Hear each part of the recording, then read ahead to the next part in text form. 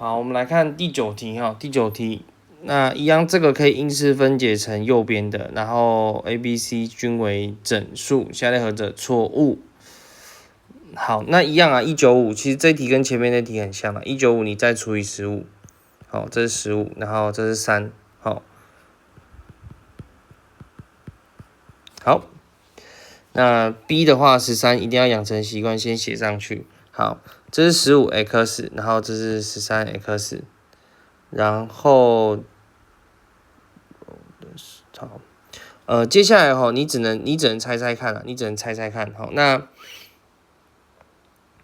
好，这样就可以了，因为最后是正的嘛，所以这边是正的，这边是负的，好，然后交叉相乘确认一下，30x 减26x，这边解题就是常解，你抓数字就会很准，好，这个比较没有什么特别的诀窍，好。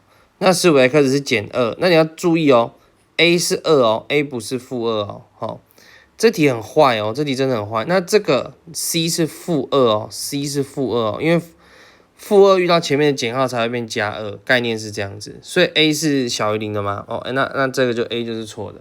好，那 b 是质数吗？是。C 是负2吗？是。好，就这样。好，那这里就讲到这里结束。